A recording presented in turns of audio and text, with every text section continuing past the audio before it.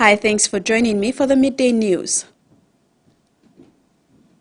4 senior public officials were commissioned Monday to represent Papua New Guinea in overseas missions.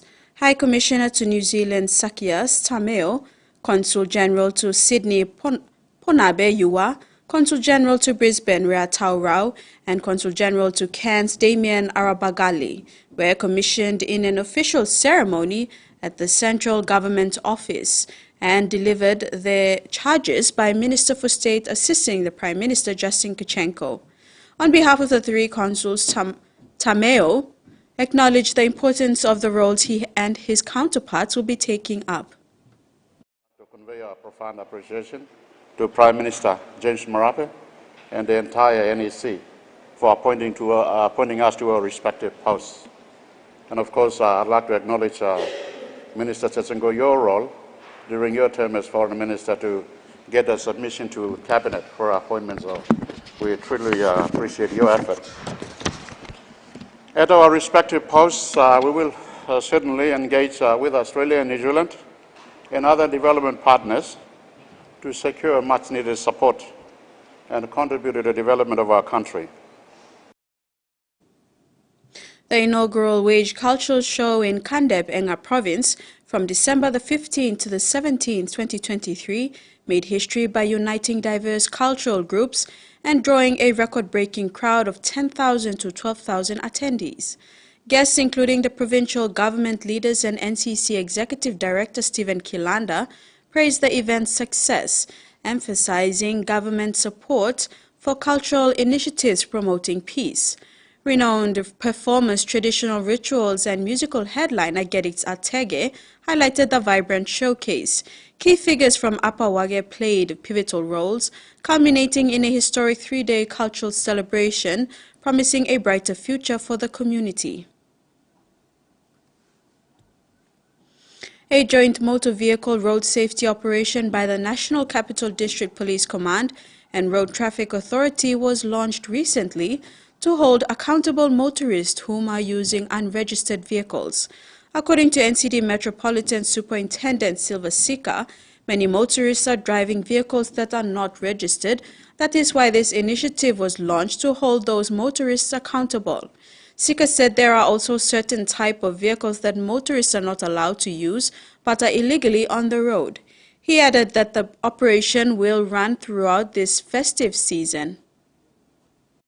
Basically to make sure that our roads are safe, our people are safe in doing their business, in movement in the city, and also at the same time by doing that, with that aim to make sure that we do these roadblocks to identify or vehicles, thorough inspection, interior and exterior, to make sure that these vehicles are properly registered, properly insured from the legitimate office like MBIL or from RTI office. Air New Guinea cancelled all Cairns flights Monday, December the 18th due to continuous rain and flooding, leading to the closure of the airport. A decision on resuming flights from Tuesday onwards is pending. Passengers with affected bookings can change or refund without penalties. The airline expressed solidarity with Cairns amid massive flooding, prioritizing safety in operations and aiming to resume normal services soon. And turning overseas, Cairns residents are returning home to assess the damage after widespread flooding in the region. Volunteers believe about 100 people have come through the evacuation centre here in Edmonton on the south side of Cairns after their homes were flooded overnight.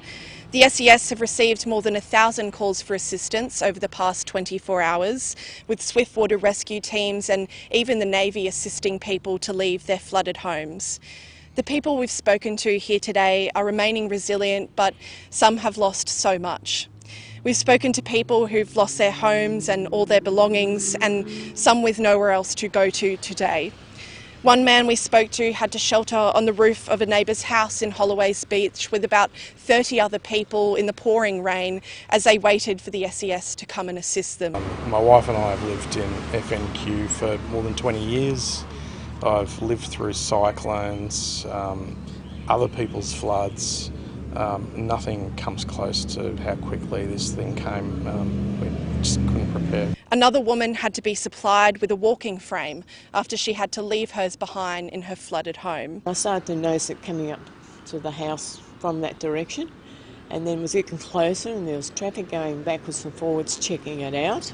All of a sudden, well, sudden but very quickly, the water just come from nowhere. For people in Cairns today, it's really about ensuring everyone's safety and taking stock of exactly what has happened here over the past 24 hours. A new survey from consumer group Choice shows nearly half of respondents had turbulent experiences when dealing with the major airlines in the past years. Nearly 9,000 people responded to a survey run by consumer group Choice. 40% of those said that they'd faced a flight cancellation or a flight delay within the last 12 months. Of those people who had a flight cancellation, more than half of those said that they hadn't actually received an explanation as to why their flight was being cancelled.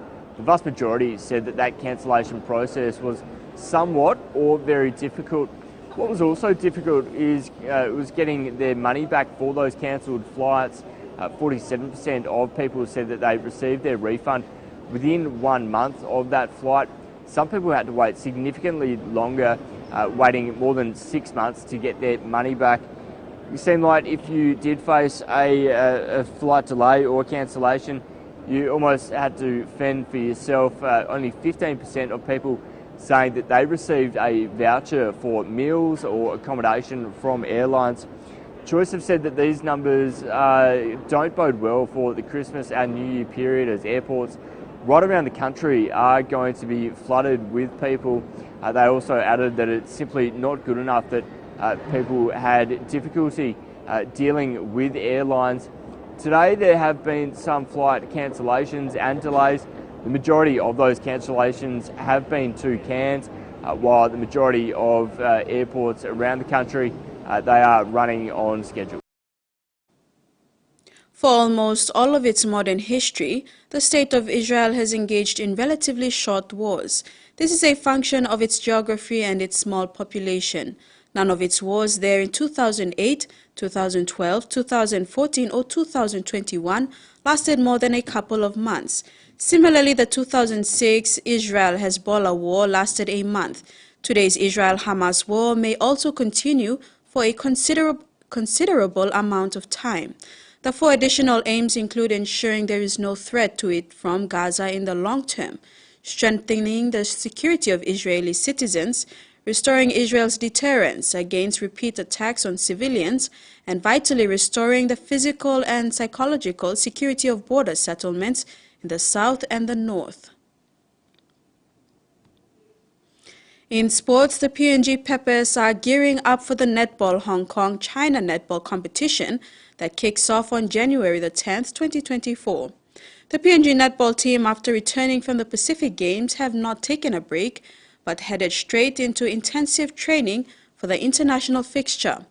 Netball Papua New Guinea President and Chairperson Ulato Ave and the board have unveiled a final PNG Peppers team for the forthcoming Netball Hong Kong China 4 Nations 2024 series. As preparations intensify, the team expressed gratitude to the partners, stakeholders, and sponsors for their invaluable support in making these programs possible. And that ends Midday News. Thanks for watching. Bye for now.